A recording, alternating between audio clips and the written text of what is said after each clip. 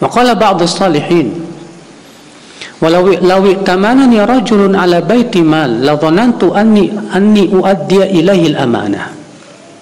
Walau tamanani ala zanjiyah akhlu biha sa'ah wahidah ma tamanat nafsi 'alaiha atau ma tamantu nafsi 'alaiha.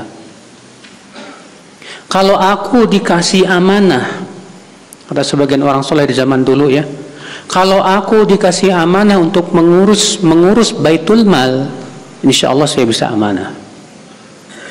Tapi kalau aku diberi amanah untuk mengurus seorang wanita zanjiyah hitam legam, untuk berduaan dengan dia, saya tidak bisa percaya bisa amanah, kata beliau.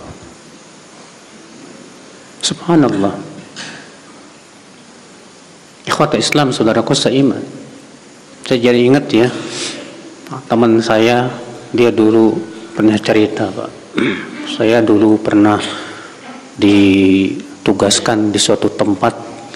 Di situ orangnya hitam-hitam katanya. Pertama saya datang, kok di sini nggak ada yang cantik, alah. Begitu 2 minggu, sebulan, kok sekarang jadi kelihatan cantik katanya, Pak. Mulai setan, Pak.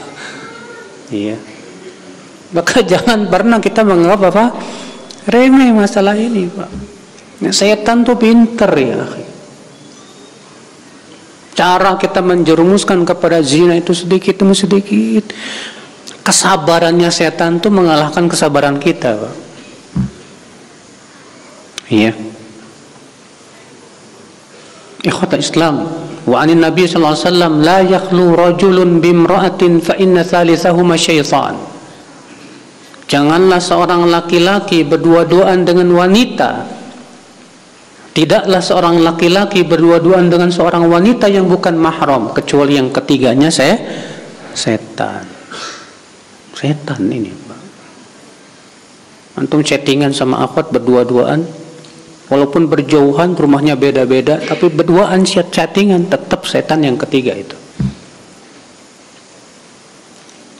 Wa yaqad yantahil ifrat fi hadhihi syahwah hatta tusraf himmatu rajul ila kathrati tamattu bin nisa fayashghaluhu an dzikril akhirah.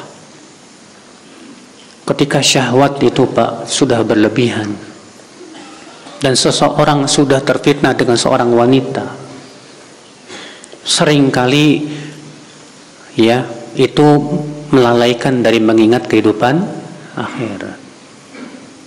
Mungkin antum yang dulu pernah merasakan jatuh cinta sama seorang akhwat waktu mudanya dulu, Pak,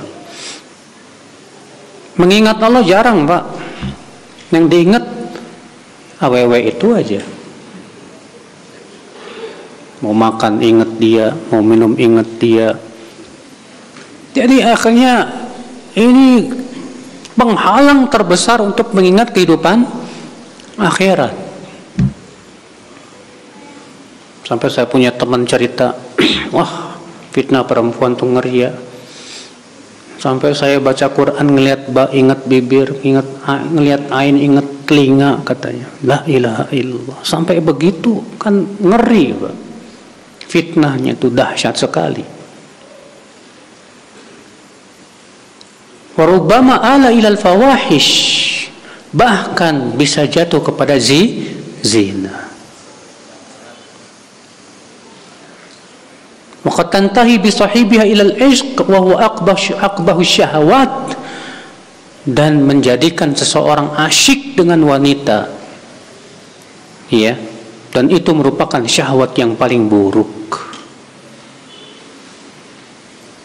Wa ajdaruha an tastahi min wa qad yaqa'u 'inda katsir min an-nas 'ishqul mal wal jah wal la'b bin nar wa syatranj wa tambur wa nahwu dzalik. Dan seharusnya kamu merasa malu kalau kamu ternyata hatimu ditawan asyik dengan seorang wanita, kata beliau. Banyak orang yang asyik dengan harta, dengan kedudukan, dengan permainan dan yang lainnya, sehingga akhirnya rasa asyik itu, kata beliau, menguasai hatinya, sehingga hatinya tidak bisa sabar terhadap hal-hal ini. Ikhwata Islam, saudaraku seiman, Wa yashulul ihtiraz an dzalika fi bidayatil umur. Kata beliau, sangat mudah sekali untuk membersihkan hati kita di awal-awalnya, Pak. Kalau di awal-awal kita sudah mulai tertarik kepada seorang wanita, kalau masih awal-awal, Pak, segera. Sebab ini belum berakar di mana? Di hati, baru awal-awal aja. Ini masih mudah. Fa inna akhiraha yaftaqiru ila ilajin syadid. Tapi kalau di akhir dibiarkan terus sehingga akhirnya penyakit ishq ini mengakar di hati, ini pengobatannya berat, Pak.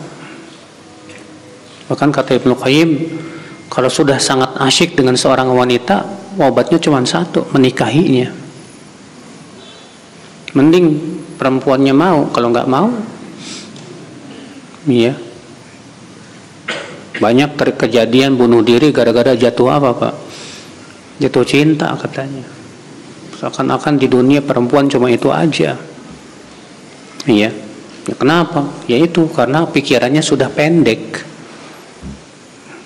Ikhwata Islam, saudaraku seiman. Fama ahwan man'uha bisarfi inaniha.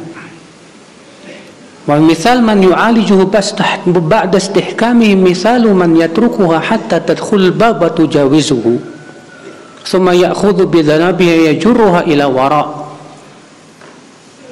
Maka kata beliau, betapa mudahnya kamu cegah saat itu sudah masih berada di awalnya.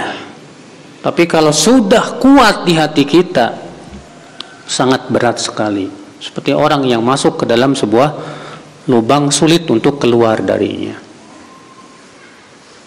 Nah ini fitnah syahwat. Baik syahwat perut maupun syahwat kemaluan. Maka hati-hatilah dua ini. Karena dua perkara inilah, Pak, yang banyak menyebabkan kita ini tidak bisa istiqomah, Pak. Syahwat kemaluan dan lisan. Makanya Nabi kemaluan dan perut. Ya. Nabi bersabda, Inna mimma akhafu alaikum syahawatil ghai fi butunikum wa furujikum.